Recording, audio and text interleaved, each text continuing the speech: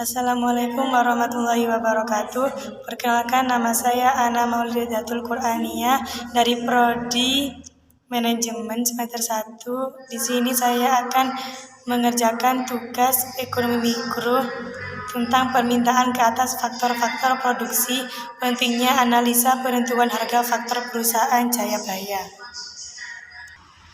Yang pertama ialah membahas tentang menganalisis pengalokasian faktor-faktor produksi. Memaksimumkan produksi dapat diciptakan oleh sumber daya yang tersedia di dalam setiap perusahaan usaha. Untuk menciptakan pengalokasian faktor-faktor produksi yang optimal harus dijalankan. Tindakan itu akan membantu tujuan keseluruhan perekonomian untuk mengalokasikan sumber-sumber daya dalam perekonomian secara efisien. Keuntungan dan ketahanan atau survival perusahaan tergantung pada kemampuan perusahaan untuk menggunakan faktor-faktor produksi yang dapat diperolehnya secara efisien. Selanjutnya ialah tentang pendapatan, faktor produksi dan distribusi pendapatan. Setiap faktor produksi dalam perekonomian adalah milik seseorang. Pemiliknya menjual faktor produksi tersebut kepada para pengusaha dan sebagai balas jasa. Mereka akan memperoleh pendapatan tenaga kerja, mendapat gaji dan upah. Harga adalah jumlah pendapatan yang diperoleh sebagai faktor produksi yang digunakan untuk menghasilkan suatu barang. Hasil penjualan adalah jumlah dari seluruh pendapatan faktor produksi yang digunakan. Analisis mengenai permintaan ke atas faktor produksi tidak hanya akan menjelaskan tentang harga faktor produksi, tapi juga pendapatan dari masing-masing faktor produksi dan distribusi pendapatan ke berbagai jenis faktor produksi. Teori tentang penentuan harga faktor produksi ialah teori distribusi.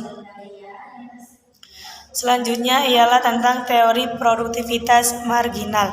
Suatu faktor produksi akan menciptakan keuntungan yang paling maksimum apabila di ongkos produksi tambahan yang dibayarkan kepada faktor produksi itu hasil penjualan tambahan yang diperoleh dari produksi tambahan yang diciptakan oleh faktor produksi tersebut. Dan teori selanjutnya ialah menentukan jumlah faktor produksi yang digunakan. Pada tingkat penggunaan faktor produksi tertentu, produsen telah mencapai keuntungan maksimum. Apabila pada tingkat penggunaan faktor produksi tertentu, produsen telah mencapai keuntungan maksimum.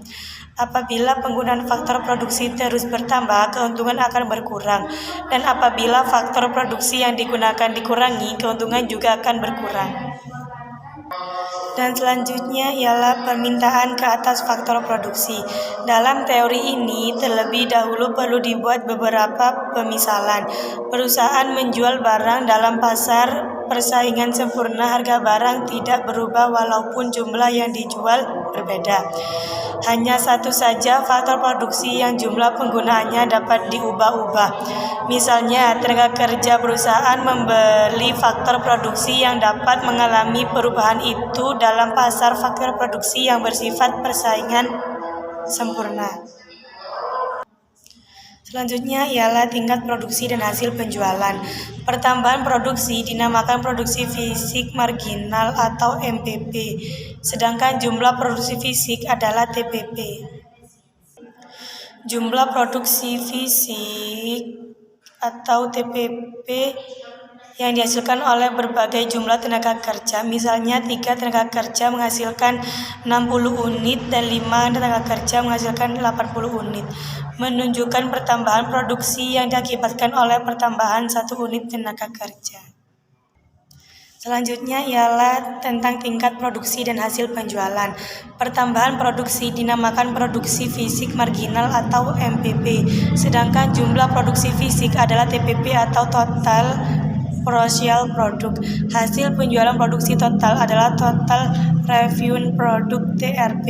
Hasil penjualan produksi marginal yaitu Marginal Revenue Product atau MRP. Jumlah produk fisik (TPP) atau total parsial produk yang dihasilkan oleh berbagai jumlah tenaga kerja. Misalnya 3 tenaga kerja menghasilkan 60 unit dan 5 tenaga kerja menghasilkan 80 unit. Menunjukkan pertambahan produksi yang diakibatkan oleh pertambahan 1 unit tenaga kerja. Selanjutnya ialah produksi fisik marginal. Apabila tenaga kerja ditambah dari 0 menjadi 1, produksi bertambah 0 menjadi 24 unit. Seterusnya, apabila tenaga kerja ditambah 1 lagi sehingga menjadi 2, produksi bertambah dari 24 menjadi 44 unit. Maka produksi fisik marginal adalah 20 unit. Selanjutnya, sumber-sumber kenaikan produktivitas. Kenaikan produktivitas berarti pekerja itu dapat menghasilkan lebih banyak pada jangka waktu yang sama, atau suatu tingkat produksi tertentu dapat dihasilkan dalam waktu yang lebih singkat. Kenaikan produktivitas disebabkan oleh beberapa faktor yang terpenting adalah: yang pertama ialah kemajuan teknologi.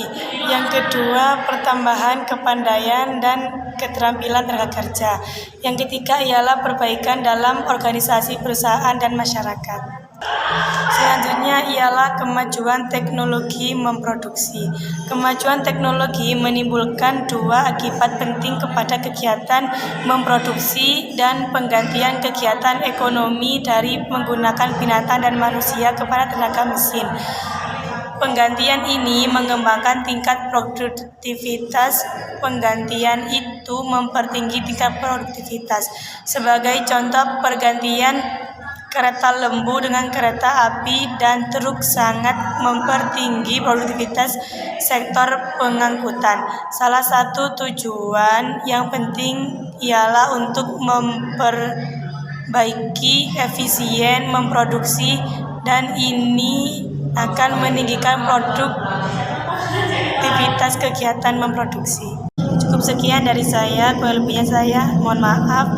Wassalamualaikum warahmatullahi wabarakatuh.